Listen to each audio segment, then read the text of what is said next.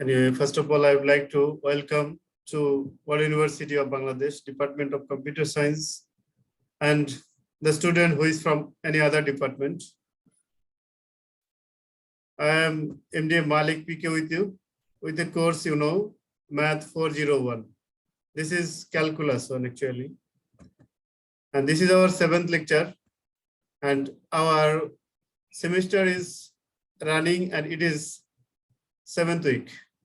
The learning objectives are find the maximum values of a function, find the minimum values of a function. So it is, I think, clear to you that we are discussing about the optimization of a function. আমরা আসলে এই সেমিস্টারের সপ্তম সপ্তাহে চলছে, সপ্তম সপ্তাহে পা দিয়েছি। এই সপ্তাহে আমরা আলোচনা করব ম্যাক্সিমাম ভ্যালু একটি ফাংশনের কেমন করে বের করতে হয়, ওই ফাংশনের মিনিমাম ভ্যালু কেমন করে বের করতে হয়, কোন ফাংশনে কোন কন্ডিশনে ম্যাক্সিমাম ভ্যালু থাকে, কোন ফাংশনে কোন কন্ডিশনে মিনিমাম ভ্যালু থাকে, এই সব কিছু নিয়েই আলোচনা। আসেন প্রথমত দেখা যাক যে ম্যাক্সিমাম এবং মিনিমাম ক্যালকুলাসে কি আসলে। Maxima and minima in calculus are found by using the concept of derivatives. তাহলে কি বলা হলো যে ক্যালকুলাসে সর্বোচ্চ মান এবং সর্বনিম্ন মান এটা একটা অন্তরীকরণের ধারণা থেকে প্রাপ্ত মান। তাহলে কার থেকে প্রাপ্ত মান? অন্তরীকরণ মানে ডিফারেন্সিয়েশন, ডেরিভেটিভস থেকে প্রাপ্ত মান। As we know, the concept, the derivatives gives us the information regarding the gradient slope of the function. We locate the points where the gradient is 0 and these points are called turning points, stationary points. তাহলে এখানে বলা হচ্ছে যে derivatives এর কনসেপ্টটা আসলে আমাদেরকে inform করে, মানে জানিয়ে দেয়। কি জানিয়ে দেয়? গ্রেডিয়েন্ট সম্পর্কে, স্লপ সম্পর্কে, মানে ঢাল সম্পর্কে জানায় দেয়। কিসের ঢাল? একটা ফাংশনের ঢাল। We locate the points where the gradient is 0, মানে আমরা একটা পয়েন্টকে ফিক্স করতে পারি, বসিয়ে দিতে পারি যেখানে তার মান 0। and these points are called turning points, এবং এই পয়েন্টটাকে বলা হয় টার্নিং পয়েন্ট অথবা স্টেশনারি পয়েন্ট, মানে স্থির বিন্দু। বিন্দুটা স্থির থাকবে। These are points associated with the largest or smallest value of the function. তাহলে এই যে পয়েন্ট, যেই পয়েন্টটাকে আমরা স্টেশনারি পয়েন্ট অথবা টার্নিং পয়েন্ট বলছি, এই পয়েন্টেই সর্বোচ্চ মান এবং সর্বনিম্ন মান থাকবে কোন একটা function. The knowledge of maxima or minima is quintessential to our day-to-day applied problems. মানে আমাদের এই যে সর্বোচ্চকরণ এবং সর্বনিম্নকরণের যে ধারণাটা, কনসেপ্টটা, নলেজটা, মানে জ্ঞানটা, এটা আমাদের প্রাত্যহিক জীবনে যে প্রায়োগিক সমস্যাগুলো আছে, এই প্রায়োগিক সমস্যার খুবই গুরুত্বপূর্ণ হয়ে দাঁড়িয়েছে প্রাত্যহিক জীবনে। Further, the topics also discuss the methods of finding the absolute maxima and minimum. এছাড়াও এই টপিক আসলে সুনির্দিষ্ট একটি মেথড যার দ্বারা সর্বোচ্চ এবং সর্বনিম্ন মান বের করা যায় সেটা নিয়েও আলোচনা করবে। Maxima and minima calculus problems with solution are given in this topics. তাহলে এবার যেটা বলা হচ্ছে যে আমরা আসলে নিচে ম্যাক্সিমাম এবং মিনিমাম প্রবলেম নিয়ে আলোচনা করেছি, কিভাবে তার সলিউশন ফাইন্ড আউট করা যায়। তো here maxima and minimum points, that is the turning points. এখন figure for the curve with stationary points is shown below. Thus it can be seen from the figure that before the slope becomes 0 it was negative. After it gets 0 it becomes positive.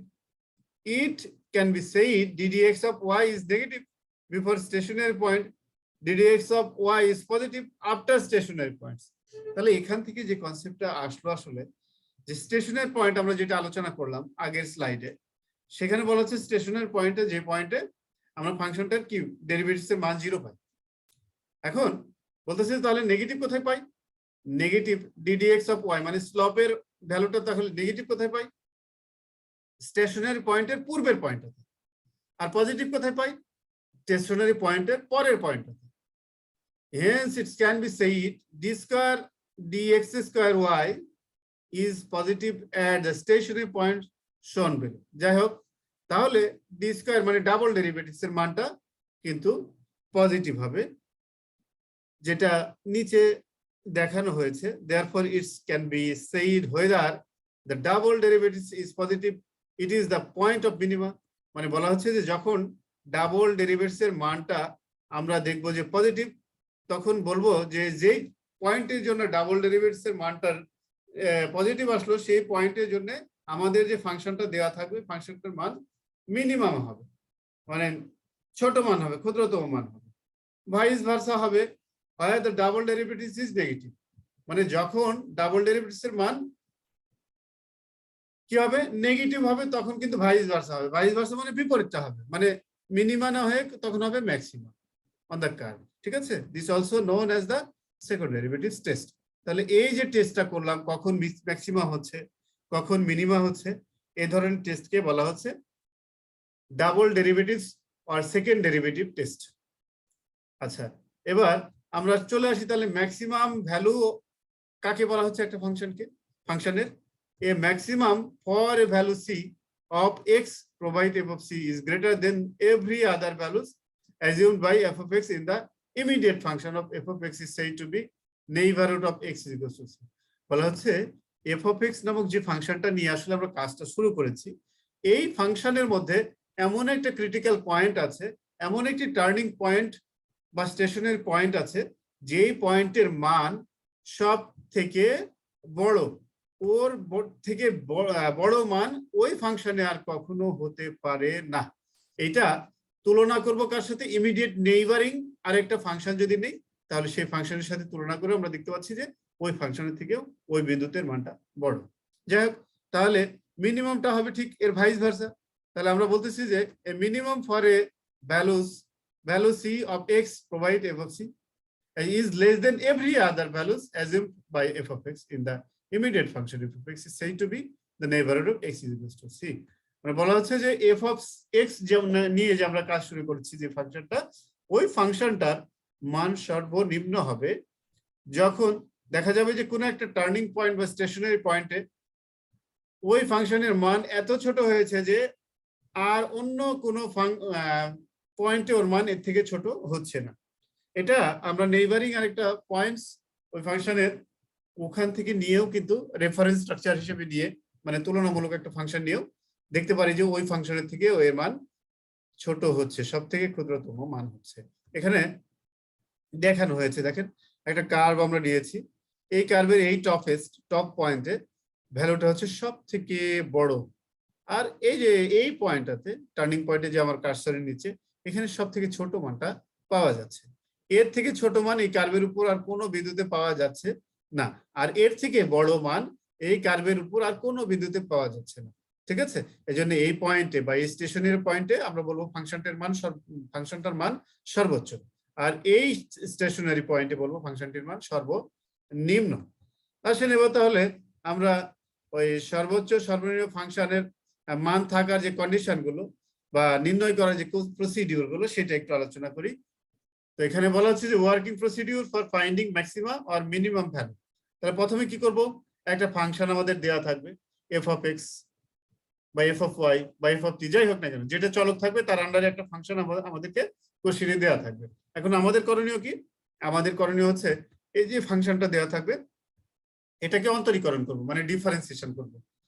দুইবার differentiate করবো আর কি। আমরা একবার করলে F prime x পাবো, আর আরেকবার করলে মানে সেকেন্ড টাইম করলে এফ ডাবল প্রাইম এক্স পাবো। তাহলে দুইবার অন্তরীকরণ করে রেখে দিলাম। এরপর কন্ডিশনটা হচ্ছে ফার্স্ট টাইম যে অন্তরীকরণ করলাম, মানে একবার যেটাকে অন্তরীকরণ করেছি সেটা সমান সমান শূন্য ধরে নিব, আমরা সেট করে নিব যে this is equal to 0, first derivative equal to 0 ধরে নিব। নেওয়ার পরে এটাকে সলভ করবো, ফাংশনটাকে আমরা মিডল টার্ম করবো, মিডল টার্ম করে এক্স এর মান বের করবো। ওকে, আর এরপরে এক্স এর যে মানটা বের করা হলো, এই মানটা আমাদের ক্রিটিক্যাল পয়েন্টটা হবে।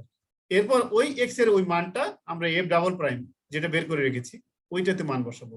যদি মান বসানোর পরে দেখি যে আমরা যেটা পাচ্ছি সেটা অ্যাকচুয়ালি ওই নেগেটিভ মানে শূন্য থেকে ছোট, তাহলে বলবো যে এক্স ইজ ইকুয়াল টু যে বিন্দুর জন্য আমরা নেগেটিভ পেলাম সেখানে ম্যাক্সিমাম ভ্যালু পাওয়া যাবে। ঠিক আছে, এরপর যদি এমনটা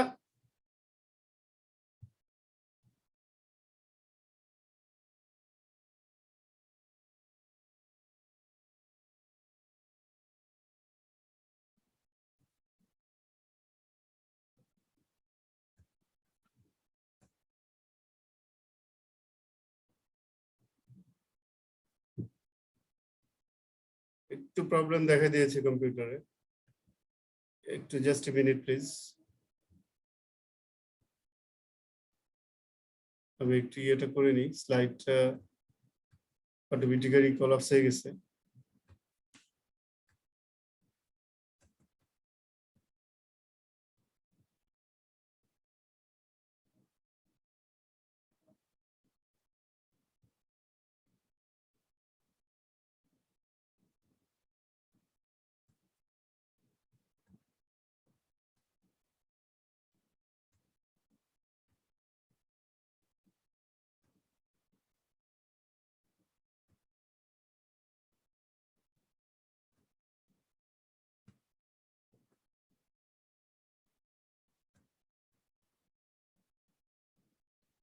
এনিওয়ে,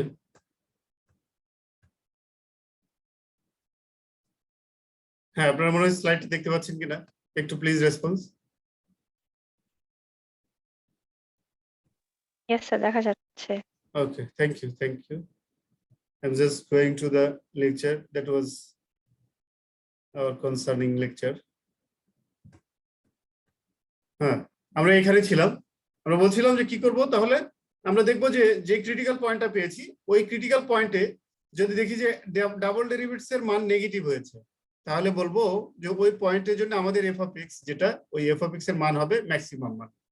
আর যদি আমরা দেখি যে এফ ডাবল প্রাইম এখানে ওই মানটা বসানোর পরে যেটা পাচ্ছি সেটা পজিটিভ পাচ্ছি, তাহলে বলবো যে যার জন্য এই পজিটিভ মানটা পেলাম ওই পয়েন্টটা আমরা মূল ফাংশনে যদি বসাই তাহলে মিনিমাম ভ্যালু পাওয়া যাবে। এটা কিন্তু অ্যাকচুয়ালি আসলে প্রসিডিউর আমাদের। এবার এই প্রসিডিউরটা আমরা অ্যাপ্লাই করব এই ম্যাথসটাকে সলভ করার জন্য। এখানে আমি কোশ্চেনটাতে বলেছি যে find maximum and minimum values for the function 2x cube minus 9x square plus 12x minus 3। তাহলে এটা আমাদের কনসার্নিং ফাংশন। তাহলে আমরা এটা এই ফাংশনের চলক কি, এই ফাংশনের চলক কিন্তু x, তাই আমরা লিখতে পারি যে let f of x is equals to 2x cube minus 9x square plus 12x minus 3। তো আমাদের কি ছিল, এরপরে কি ফাংশনটা পাওয়ার পরে কি করব, দুইবার অন্তরীকরণ করব, first time derivatives f prime x। তাহলে এটাকে যদি অন্তরীকরণ করি 6x square minus 18x plus 12 পাবো। আচ্ছা, তারপরে এইটাকে আবার ডিফারেন্সিয়েট করছি, তাহলে 2টা সামনে চলে আসবে, 6 দুগুণ 12 মানে 12x, আর এটা হবে 18, আর এটা তো কনস্ট্যান্ট, এটা 0 হয়ে যাবে। তার মানে f double prime x 12x minus 18 পাওয়া যাবে। এনিওয়ে, এরপর তাহলে আমরা বলেছিলাম যে দুইবার ডিফারেন্সিয়েট করার পরে আমরা ফার্স্ট ডেরিভেটিভ যেটা সেটা সমান সমান 0 ধরে নিব, মানে f প্রাইম x 0 ধরে নিব। আচ্ছা, f প্রাইম x 0 ধরে নিলাম। এরপর f প্রাইম x এর মান কত, 6x square minus 18x plus 12। ওকে, এটা নিয়ে সেখানে বসিয়ে দিলাম। এরপর এটাকে আমরা মিডল টার্ম করব, এটা হচ্ছে আমাদের উদ্দেশ্য। দেখেন এখানে কিন্তু 6 কমন আসে, তো 6 কে কমন নিলাম, কমন নিয়ে ওই পাশে পাঠিয়ে দিলাম, পাঠিয়ে দিলে 0/6 = 0, এই জন্য কিন্তু লেখা হয় নাই। তার মানে কি থাকছে আমাদের x square minus 3x plus 2 = 0। এখন এটাকে আমরা মিডল টার্ম করব, মিডল টার্ম করলে x square minus 2x minus x plus 2 থাকে। এবার ফার্স্ট দুইটা টার্ম থেকে আমরা x কে কমন নিচ্ছি, x কে কমন নিলে থাকে x মাইনাস 2, মাইনাস সেকেন্ড দুইটা টার্ম থেকে আমরা মাইনাস 1 কমন নিচ্ছি, তাহলে x মাইনাস 2 থাকে। এবার এই দুটোর মধ্যে কমন কিন্তু x minus 2, x minus 2 common নিলে এখানে x আর এখানে মাইনাস 1, তাহলে থাকবে x মাইনাস 1। ঠিক আছে, তাহলে কি থাকতেছে আসলে x minus 2 into x minus 1। তাহলে আমরা জানি যে কতগুলো রাশির গুণফল সমান যদি শূন্য হয় তাহলে তারা ইন্ডিভিজুয়ালি কিন্তু 0 হয়। তার মানে আমরা লিখতে পারি x মাইনাস 2 = 0, x মাইনাস 1 = 0। তাহলে এখান থেকে পাইলাম কি x = 2, x = 1। তাহলে আমাদের স্টেশনারি পয়েন্ট বা ক্রিটিক্যাল পয়েন্ট কত হলো, 1 2, এই বিন্দুটা। ঠিক আছে, এই বিন্দুটা আমাদের ক্রিটিক্যাল পয়েন্ট। ঠিক আছে, তাহলে প্রথমে আমরা x = 1 এর জন্য টেস্ট করব যে আমাদের ডাবল ডেরিভেটিভস এর মানটা কি আসতেছে। তাহলে x যখন 1, তখন f ডাবল প্রাইম x মানে 12x মাইনাস 18 এর জায়গায় x এর জায়গায় কিন্তু আমরা 1 বসাচ্ছি। কত হইলো, 12 × 1 মাইনাস 18। তাহলে ফাইনালি কিন্তু এখান থেকে পেয়েছি আমরা -6। এটা অবশ্যই নেগেটিভ মান, ঋণাত্মক মান। তাহলে আমরা বলেছিলাম যে যেই ভ্যালুটার জন্য আমরা ঋণাত্মক মান পাচ্ছি ওইটা যদি মূল ফাংশনে বসাই তাহলে আমরা পাবো ম্যাক্সিমাম ভ্যালু। ঋণাত্মক যার জন্য পাচ্ছি তার জন্য কিন্তু বড় মানটা পাবো, মনে রাখতে হবে। তাহলে আমাদের ভ্যালুটা হবে ম্যাক্সিমাম কার জন্য? x = 1 এর জন্য। কোথায় বসাইতে হবে? মূল ফাংশন, যে ফাংশনটা আমাদের কোশ্চেনে দেওয়া আছে সেখানে বসাইলে আমরা ম্যাক্সিমাম ভ্যালুটা পাবো x = 1 এর জন্য। তাই আমি f of x = 2x³ - 9x² + 12x - 3 এটাকে কল করলাম, এরপরে x এর জায়গায় 1 বসিয়ে দিলাম। বসানোর পরে পেলাম কত? 2। এই 2ই হচ্ছে আমাদের f of x নামক যে ফাংশনটা দেওয়া ছিল সেই ফাংশনের ম্যাক্সিমাম বা সর্বোচ্চ মান। এরপর আমরা টেস্ট করব x = 2 এর জন্য। আচ্ছা, x = 2 কোথায় বসাবো? টেস্ট করি কোথায়? টেস্ট করি কিন্তু ডাবল ডেরিভেটিভসে। তাহলে f double prime x = 12x - 18 এর জায়গায় যেখানে x আছে সেখানে 2 বসিয়ে দিব। বসিয়ে দিয়ে দেখছি কি পাচ্ছি আমরা? 6 পাচ্ছি। 6 অফ কোর্স পজিটিভ। তাহলে 6 ইজ গ্রেটার দেন 0, 0 থেকে বড় পজিটিভ মান। তাহলে আমরা বলেছিলাম x এর যে মানের জন্য ডাবল ডেরিভেটিভস এর মান পজিটিভ আসবে তার জন্য কিন্তু মিনিমাম ভ্যালু পাওয়া যাবে। ঠিক আছে? তাহলে মিনিমাম ভ্যালু আমরা পাচ্ছি আমাদের গিভেন ফাংশনে, মানে f of x এর কোন পয়েন্টে? x = 2 পয়েন্টে। আসেন তাহলে আমরা মিনিমাম ভ্যালুটা বের করি। তারপর আমি বললাম কি, the minimum value is f of x = 2x³ - 9x² + 12x - 3। ওকে, তাহলে x এর জায়গায় আমরা বসিয়ে দিচ্ছি 2। বসিয়ে দিলে কি পাচ্ছি? 2 × 2³ - 9 × 2² + 12 × 2 - 3। সো ফাইনালি আমরা এটাকে যদি ক্যালকুলেট করি, ক্যালকুলেট করলে পাওয়া যাচ্ছে আসলে 1। তাহলে আমাদের মিনিমাম ভ্যালুটা কত? মিনিমাম ভ্যালু কিন্তু 1। তাহলে আমাদের যে ফাংশনটা দেওয়া ছিল সেই ফাংশনের দুই ধরনের মানই আছে, সর্বোচ্চ মানও আছে, সর্বনিম্ন মানও আছে। আমাদের সর্বোচ্চ মান হচ্ছে 2 এবং সর্বনিম্ন মান হচ্ছে 1। ওকে, এরপরে আমি আরেকটা কোশ্চেন এখানে নিয়েছি অলমোস্ট ইকুয়াল টাইপ। তো আরেকটা করলে যেন আরো শার্প হয় আমরা, এই জন্য মূলত নেওয়া। যাই হোক, এখানেও কিন্তু সেম কোশ্চেনই করেছে যে find the maximum and minimum values for the function 2x³ + 3x² - 36x + 1। Okay, তাহলে এটাই f of x আমরা ধরে নিলাম যে because of the variable is x, তাই আমরা বললাম যে f of x = the given function, যেটা আমাদের কোশ্চেনে দেওয়া আছে এটা। এরপর এটাকে দুইবার অন্তরীকরণ করছি। প্রথমে একবার করলাম f prime x = 6x² + 6x - 36 পেলাম, এটাকে আবার অন্তরীকরণ করলাম, তাহলে পাইলাম কি? f double prime x = 12x + 6। তো আমরা কি করি? আমরা কিন্তু আসলে ম্যাক্সিমাম এবং মিনিমাম এই ক্রিটিক্যাল পয়েন্টটা পাওয়ার জন্য f prime x = 0 ধরে নিই। তাহলে f prime x কিন্তু অলরেডি আমরা ফাইন্ড আউট করে রেখেছি যে 6x² + 6x - 36। তাই f prime x এর জায়গায় ওটা বসিয়ে দিলাম। এরপর এটাকে আমাদের টার্গেট হচ্ছে মিডল টার্ম করে x এর মান বের করা। এরপরে কি করলাম? 6 কমন যায়, কমন নিলাম, থাকে কি? x² + x - 6 = 0। এরপর এটাকে মিডল টার্ম করার উদ্দেশ্যে আমরা x² + 3x - 2x - 6 লিখলাম। প্রথম দুটো টার্মের মধ্যে দেখেন x কমন, তাহলে লিখতেছি x + 3।